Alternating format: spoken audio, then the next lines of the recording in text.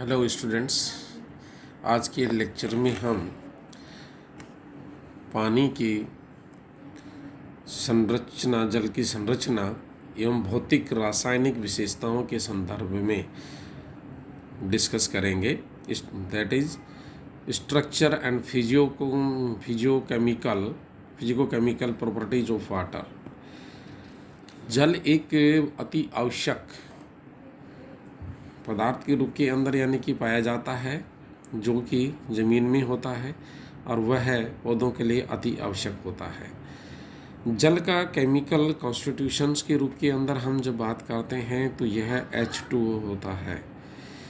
H2O, हाँ, H2O के अंतर्गत हम जब बात करते हैं तो हम ये देखते हैं कि इसी के अंदर 2 हाइड्रोजन के एटम होते हैं और 1 ऑक्सीजन का एटम होता है, जो कि विशेष बंधों के द्वारा रहते हैं, जिनको कोवेलेंट बॉन्ड्स के रूप में जानते हैं। ये हैं जो कोवेलेंट बॉन्ड्स होते हैं, जो कि एक दूसरे हाइड्रोजन के जो एटम होते हैं, परमाणु होते हैं, उनकी जो दूरियां होती हैं 105 डिग्री के कोण के ऊपर व्यवस्थित रहते हैं। और इन्हीं के अंदर है जो कि ऑक्सीजन का परमाणु है, हाइड्रोजन के बजाय अधिक इलेक्ट्रॉन ऋणात्मक होता है। तो इस वजह से इसका क्या है, एक आकर्षण का बना रहता है, नेगेटिव और पॉजिटिव के अंतर्गत है। जो इसी आकर्षण का कारण ऑक्सीजन के सिरे की तरफ आंशिक ऋणात्मक आवेश और हाइड्रोजन की तरफ है जो आंशिक धनात्मक आवेश उत्पन्न होता है। ये दोनों आंशिक आवेश बराबर होते हैं, अतः जल के अणु पर कुल आवेश नहीं होता, नो नेट चार्ज यानी कि होता है, किसी प्रकार का चार्ज नहीं होता, परंतु उक्त आंशिक आवेशों की वजह से एवं जल के अणु की विशिष्ट आकार के कारण यह एक ध्रुवीय पोलर मॉलिक्यूल बन जाता है, और इस पोलैरिटी के कारण ही यह बहुत ही उपयोगी होता है। इसी के विपरीत में आंशिक आवेशों की वजह से जल दूसरे जल के अणुओं को अपनी ओर आकर्षित कर पाते हैं तथा एक क्षीण हाइड्रोजन बंध बनाते हैं। कहने का मतलब 2 जो वाटर के मॉलिक्यूल्स हैं जो एक दूसरे के साथ मिल करके और बंध बना लेते हैं, जो कि जल के अनेक असाधारण भौतिक गुणों का कारण होते हैं। जल में विभिन्न अणुओं यानी कि ऑक्सीजन और हाइड्रोजन के परमाणुओं के जो मध्य बंध होते हैं उनको हम संगठित कहते हैं, और वो लैटिस के रूप में, नेटवर्क के रूप के अंदर विद्यमान होते हैं। इन्हीं के अंदर हम ये देखते हैं तो यह बहुत सारे हैं जो कार्य करते हैं। इनको इलेक्ट्रो ऋणात्मक परमाणु उपस्थित होते हैं और ये हाइड्रोजन बंध बना सकते हैं। कोशिका में प्रोटीन, पॉलीसेकेराइड्स, न्यूक्लिक अम्लों एवं अन्य अणुओं की संरचना की हाइड्रोजन बंधों के कारण अत्यधिक प्रभावित होते हैं। हाइड्रोजन बंध के कारण ही डीएनए के एक रिजु कॉम्प्लीमेंट्री स्ट्रैंड के मध्य स्तर क्षारक युगल यानी कि ब्रिज का निर्माण करते हैं। इसी के साथ दूसरी बात आती है, इसी के अंदर जल की ध्रुवीयता के कारण जल का सस्रुट विलायक यानी कि excellent solvent due to polarity, यह है जो एक बहुत ही अच्छे सॉल्वेंट के रूप के अंदर काम करता है, क्योंकि इसी के अंदर बाइपोलैरिटी पाई जाती है। और यह है जो जल है ये सर्वश्रेष्ठ विलायक के रूप के अंदर होता है। इसी में आयनिक क्षमता है जो बहुत अधिक होते हैं जब ये टूटता है, जब OH है जो नेगेटिव रहता है और हाइड्रोजन अलग होता है तो उसमें पॉजिटिव रहता है। तो ये है नाइट्रोजन के साथ में मिलकर के NH2 के युक्त पदार्थों जैसे कि शर्करा और प्रोटीन का अच्छा विलायक के रूप में कार्य करता है। तो इसमें क्या है कि आयनाइजेशन का जो कार्य है वह बहुत अच्छा होता है। ससंजन कोएक्शन का कार्य फोर्स है जो काफ़ी अच्छा होता है। और यह है बहुत असेंट ऑफ सेप के लिए खाद्य पदार्थों का चालान यानी ट्रांसपोर्ट करने का कार्य बहुत अच्छा करते हैं। नेक्स्ट पॉइंट है इसमें high specific heat of water, यानी कि जल की उच्च विशिष्ट ऊर्जा पानी के अंदर पाई जाती है, यानी कि इसके कारण कि किसी भी सजीव का तापक्रम है जो स्थिर रहता है तथा यह विभिन्न उपविचय क्रियाओं का समानांतर स्थान यानी कि स्तर पर होती रहती हैं। इसके अलावा नेक्स्ट पॉइंट है इसमें high heat of fusion of water, यानी जल में संयन के उच्च ऊर्जा की आवश्यकता होती है। 1 ग्राम बर्फ को 1 डिग्री पर पिघलकर जल में बदलने में 80 कैलोरी ऊर्जा की आवश्यकता होती है। अतः जल की जो संलग्न ऊर्जा होती है जो 80 कैलोरी होती है। जल के कणों को एकदम से जमता नहीं है, क्योंकि इनके अंदर है जो इंटरनल एनर्जी है जो उपस्थित होती है। नेक्स्ट है इसके अंदर जल की उच्च वाष्पीकरण यानी हाई हीट ऑफ वेपराइजेशन जो होता है वाटर का वो होता है।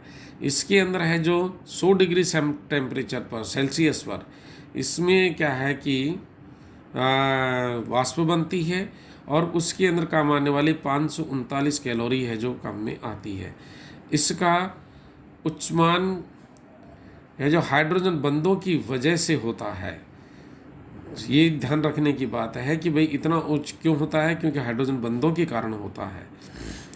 इस जल के इसी ही विशेष गुण के कारण ही पादप वाष्प सर्जन द्वारा अपना तापक्रम नियंत्रण कर सकते हैं, यानी कि जो पौधे होते हैं जिनके अंदर वाष्पोत्सर्जन वातरंध्रों के द्वारा होता है और वातरंध्र और उसके साथ साथ में जो पत्तियों के अंदर रंध्र पाए जाते हैं जिसके कारण यह जो वाष्प निकलती है और उसके आसपास का वातावरण है जो ठंडा रहता है, अतः टेम्परेचर को कंट्रोल करते हैं। यहाँ इसमें आयनाइजेशन इन वाटर के अंदर जो आयनाइजेशन की बात है जो हमने अभी ऊपर आपको बताया कि जो आयनाइजेशन है वह बहुत ही उच्च लेवल का होता है। हाइड्रोजन पर प्लस आयनाइजेशन होता है, हाइड्रोक्सिल आयन पर माइनस का होता है, अतः इसके अंदर है जो ये गुण पाया जाता है। यौगिकों के साथ अभिक्रियाएं कर सकते हैं और उन्हें घोल के सॉल्यूशन के रूप के अंदर बनाए रखते हैं। इसमें पारदर्शिता यानी ट्रांसपेरेंसी है जो इसमें बहुत अच्छी पाई जाती है। तो इसी की वजह से पारदर्शिता की वजह से इसमें क्या है कि बहुत ही अच्छे गुण पाए जाते हैं जो कि किसी भी विलायक को मिलाते हैं तो उसका रंग वो ले लेता है। हरित लवक प्रकाश संश्लेषण के लिए समुचित प्रकाश का अवशोषण करते हैं और समुद्री पादपों के में भी जल के गुणों प्रकाश का अवशोषण करने की वृद्धि करते हैं। तो इस प्रकार से क्या है कि जंतुओं और पादपों के लिए यह है जो काफ़ी अधिक इम्पोर्टेंस रखते हैं और इसके लिए यह उपयोगी होते हैं। इसके साथ साथ में ये क्या है जल है जो नेक्स्ट टॉपिक आता है परमेबिलिटी। परमेबिलिटी का मतलब ये होता है कि जब एक मेम्ब्रेन से दूसरी मेम्ब्रेन में यानी कि एक कोशिका से दूसरी कोशिका के अंदर अर्धपारगम्य झिल्ली के द्वारा अगर किसी भी पदार्थ का आदान प्रदान होता है तो उसको पारगम्यता बोलते हैं। तो इसमें कुछ झिल्लियाँ ऐसी होती हैं जो अपारगम्य होती हैं और कुछ ऐसी होती हैं जो परमेबल होती हैं जो सभी को आने जाने देती हैं, सॉल्यूट को और सॉल्वेंट को भी, और कुछ होती हैं जो सेमी परमेबल होती हैं और कुछ होती हैं जो डिफरेंशियल होती हैं, यानी कि कुछ को ले लेती हैं और कुछ को नहीं लेती हैं। तो इस प्रकार की जो रहती हैं जिनको कि हमें जो इन 4 प्रकार की कैटेगरीज के अंतर्गत रखते हैं। तो इसी को हम ये जब देखते हैं तो कोशिका की जो झिल्ली होती है वह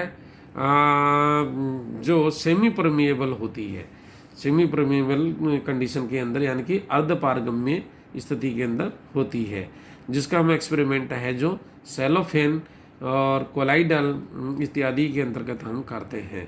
इसी के अंदर है जो सेलेक्टिविटी की एक विशेष क्षमता यानी कि इसके अंदर पाई जाती है, जिसी के आधार पर जिनके पदार्थों को लेते हैं और उनको लेते हैं, क्योंकि इसी में जो झिल्ली होती है, इसी की ये जो मेम्ब्रेन होती है, उसी में काफ़ी इस बात का निश्चित होता है कि यह पादप में से कौन से को लेना है, कौन से को नहीं लेना है।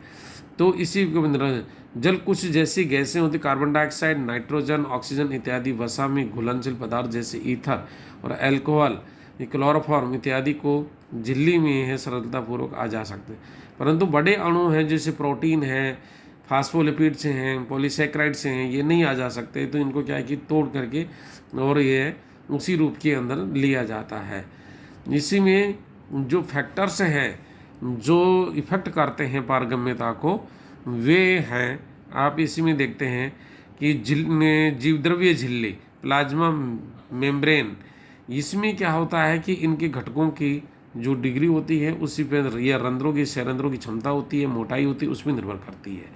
नेक्स्ट है प्लाज्मा मेम्ब्रेन की पारगम्यता, उच्च मात्रा के अंदर आयनीकरण यानी कि आयनाइजेशन रेडिएशंस होता है, वह कितना है, पीएच कितना है, उसके ऊपर निर्भर करता है। इसमें ऑक्सीजन और कार्बन डाइऑक्साइड की आंशिक दाब कितना होता है, उसके कारण भी यानी कि इसमें पाया जाता है। कंपोजिशंस यानी कि इसी के विलियन का कंपोजिशन किस प्रकार का है, उस पर भी निर्भर करता है। तो ये सब चीज़ें मिलाकर के इसी के अंतर्गत हैं जो इसमें देखते हैं। कई बार क्या होता है कि ऐसे कंपोजिशंस होते हैं, कैल्शियम्स वगैरह होते हैं, जिनके कारण से लीकेज हो जाता है और बहुत अधिक मात्रा के अंदर है जिसमें होता है। पारगम्यता के आधार पर आयु की भी निर्भरता करती है, जिसको जीन सीनेसेंस कहते हैं, बढ़ जाती है और मरण शासन कोशिका में होती है, यानी कि पारगम्यता कम हो जाती है ना, तो आयु में इसमें ये रहती हैं। तो ये चीज़ें हैं जो इसी के अंतर्गत आती हैं। इसी के बाद में हम आते हैं किसी का यानी कि वाटर का इम्बाइबेशन किस प्रकार से होता है। जब हम ये देखते हैं कि कोई भी मॉलिक्यूल होता है, जब किसी भी वाटर के मॉलिक्यूल को इम्बाइब करता है यानी अवशोषित करता है, ठोस पदार्थ होता है जो घुले हुए जल को है ना किसी तरल पदार्थ को अवशोषित करता है, अंतःअवशोषण करता है, तो उसको हम है जो इम्बाइबेशन कहते हैं। लेकिन इसमें क्या होता है कि अणुओं के अंदर जो अवशोषित करने के बाद अणु है जो उस पर चिपक जाते हैं और हाई पार्शियल प्रेशर है जो उस पर डेवलप हो जाता है। तो इस प्रकार से है जो इसी में यानी कि रहता है। ये इसमें क्या है कि जैसे शुद्ध प्रोटीन है, जिलेटिन है, कैल्प है, इनके अंदर है जो कवक के तंतु हैं, इनमें क्या है कि ग्रोइंग पॉइंट्स होते हैं, उनमें ये है इस प्रकार से होती है। और इसके अंदर टेनेसिटी है जो डेवलप हो जाती है, जड़ों के अंदर रासायनिक केमिकल पोटेंशियल है वो भी बढ़ जाता है, और इस जल का है जो वाटर का पोटेंशियल बढ़ते हैं। तो इस प्रकार से होता है। इसी के कारण क्या होता है कि इम्बाइबेशन के कारण होता है जो कि वॉल्यूम में परिवर्तन हो जाता है। किसी का वॉल्यूम यानी कि सेल का कम है या किसी पदार्थ का कम है तो वो उसका वॉल्यूम बढ़ जाता है। जैसे लकड़ी का फूलना होता है वो इम्बाइबेशन के कारण होता है, बीजों का फूलना है तो इम्बाइबेशन के कारण होता है। तो ये सब चीज़ें हैं जो उसके हो जाता है। कई बार है जो मान लीजिए कि डेवलपमेंट प्रेशर है जो इसी इम्बाइबेशन के कारण है जो बढ़ जाता है, और कई मैट्रिक यानी इसी रूप के अंदर बढ़ जाते हैं। तो ये इसमें होता है। ऊष्मा विमुक्त होती है जब यानी कि इम्बाइबेशन होता है, तो हमने देखा होगा कि कभी हमने जो सीड्स को यानी कि मूंग है, मोठ है, चना है, इस प्रकार के जो सीड्स हैं उनको हम सोक करते हैं यानी किसी बर्तन में डालते हैं, राजमा है, छोले हैं, इनको डालते हैं, तो वो पानी है जो स्वतः ही गर्म होना चालू हो जाता है। इसका मतलब है कि ऊष्मा विमुक्त होती है उनमें से, और इसी के कारण से है जो ये है जो इस प्रकार का रहता है। तो यह है काफ़ी अधिक स्थिति है जो इसके अंतर्गत यानी कि पाई जाती है। आप भी देखिएगा कि दो डायग्राम्स हैं इसके अंदर, दो नॉन डायग्रामों के अंदर आप देखिएगा कि एक में सीट्स है जो बिफोर है और एक आफ्टर है। तो आफ्टर के अंदर ये साइज है जो इसकी बड़ी हो गई है, और बड़ी होने के बाद के अंदर है जो ये है हो जाती है। तो ये है क्या है कि इम्बाइबेशन है जो बीज की अंकुरण के लिए विशेष रूप से होता है, भ्रूण और भ्रूणपोष को अवशोषित करने के लिए काम में आता है। फूलों के यानी कि भ्रूण फूल कर जाते हैं और टेस्टा है जो टूट करके बाहर निकल जाते हैं, टेस्टा बाहर निकलते हैं। मूल रॉ में हेयर्स वगैरह हैं जो इम्बाइब करते हैं। तो इस प्रकार से है जो हमारे काफ़ी हैं जो इसमें उपयोगिता होती है प्लांट्स के अंदर इसी की इम्बाइबेशन की। Thank you.